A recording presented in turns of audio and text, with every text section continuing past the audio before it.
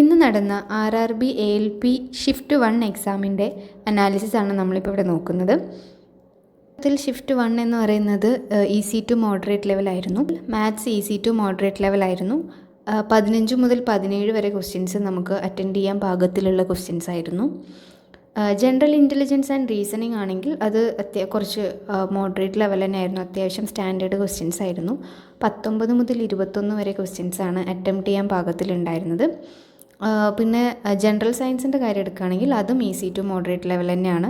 12 മുതൽ 16 വരെ ക്വസ്റ്റ്യൻസ് നമുക്ക് അറ്റൻഡ് ചെയ്യാവുന്നതാണ്. ജനറൽ അവയർനെസ് ആൻഡ് കറണ്ട് അഫയേഴ്സിൻ്റെ കാര്യം എടുക്കുകയാണെങ്കിൽ അതും ഈസി ടു മോഡറേറ്റ് ലെവൽ തന്നെയാണ്. 7 to 8 ക്വസ്റ്റ്യൻസ് നമുക്ക് അറ്റൻഡ് ചെയ്യാവുന്നതായിട്ട് ഉള്ളതുണ്ട്. അപ്പോൾ ആകെ മൊത്തത്തിൽ 55 മുതൽ 60 വരെ ക്വസ്റ്റ്യൻസ് അറ്റംപ്റ്റ് ചെയ്യാവുന്ന രീതിയിലാണ് ഈ ഒരു എക്സാം ഉള്ളത്.